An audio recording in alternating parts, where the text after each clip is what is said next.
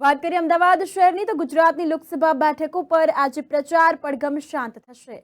જાહેર પ્રચારના અંતિમ દિવસે રેલીઓનું આયોજન કરવામાં આવ્યું તો અમદાવાદ પૂર્વ લોકસભા કોંગ્રેસ ઉમેદવાર હિંમતસિંહ પટેલની બાઇક રેલીનું આયોજન થયું છે। બાપુનગર, સૈજપુર, નરોડા પાટિયા તેમજ મેમકો 4 રસ્તા, રખિયાલથી સુખરામનગર સુધીનો રોડ શો યોજાયો। અમદાવાદ પૂર્વ લોકસભામાં આવતી તમામ 7 વિધાનસભાઓ ભાજપ પાસે। 2019માં ભાજપ અમદાવાદ પૂર્વ લોકસભા બેઠક 4 લાખ કરતા વધુ મતથી જીતી હતી। તો હિંમતસિંહ પટેલ અમદાવાદના પૂર્વ મેયર અને બાપુનગરથી પૂર્વ ધારાસભ્ય પણ રહી ચૂક્યા છે।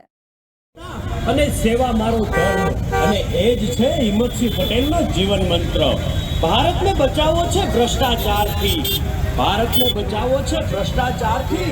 ચૂંટણીના રથની જનતા છે સારથી, પ્રજાના દિલમાં સ્થાન મેળવ્યું છે ફક્ત વાતોથી નહીં પણ સારા વિકાસથી।